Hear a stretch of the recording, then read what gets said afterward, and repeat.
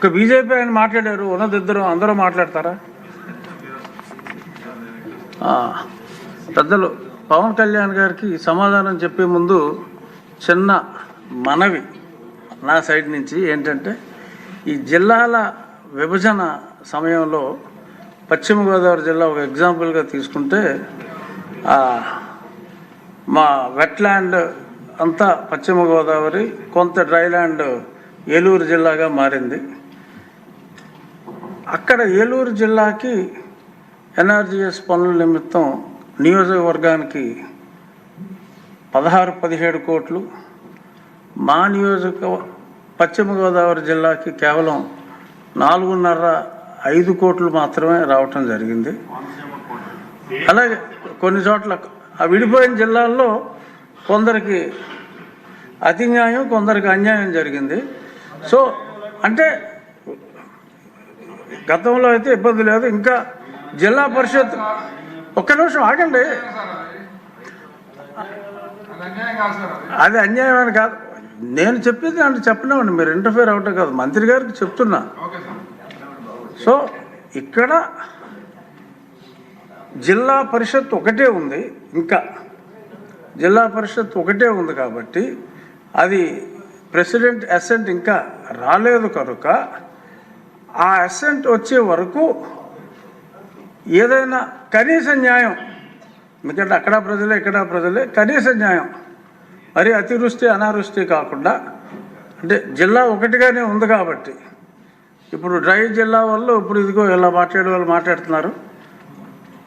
అది ఒక అభ్యర్థన, మీ పరిధిలో ఏమైనా ఉంటే జిల్లా పరిషత్ ఒకటిగానే ఉంది కాబట్టి ప్రెసిడెంట్ అసెంట్ ఇంకా అఫీషియల్గా రాలేదు కనుక ఏదైనా వెట్లాండ్స్ని కూడా, డెల్టా ఏరియాను కూడా కనికరించే అవకాశం ఉందేమో పరిశీలించమని అభ్యర్థన. ఏది మీరంతా డ్రైల్యాండ్ వాళ్ళు, మీరు అబ్జెక్ట్ చేస్తారు. అధ్యక్ష,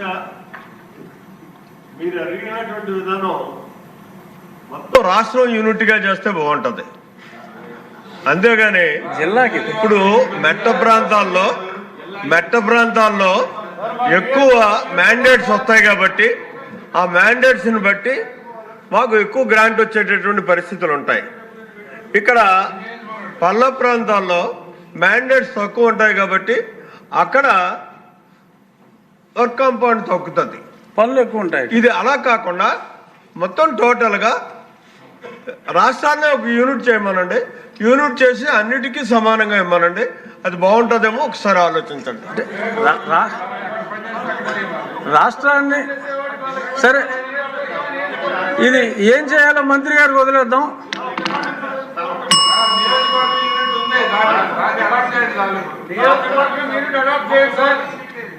ఇదేదో తేనెతోటి కదిపినట్టుగా ఉంది కానీ వద్దు. గౌరవనీయ మంత్రివర్యులు, ఇక్కడ ఒకటే పాయింట్ ఏంటంటే, జిల్లా పరిషత్ ఇంకా సెపరేట్ అవ్వలేదు, ఒకే జిల్లా పరిషత్తుగా ఉంది కనుక మాట్లాడటం జరిగింది. సరే, ఒకళ్ళు దేశం అనొచ్చు, ఇంకొకళ్ళు రాష్ట్రం అనొచ్చు, ఇంకొకళ్ళు దేశం అనొచ్చు.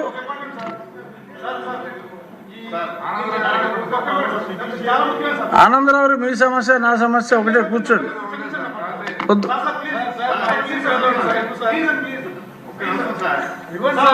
ఎవరికి ఇవ్వాలి? మీ ఇద్దరులో ఎవరో ఒకళ్ళు కూర్చుంటే ఒకళ్ళు మాట్లాడతారు, ఇద్దరు ఒక నిమిషం అంటే.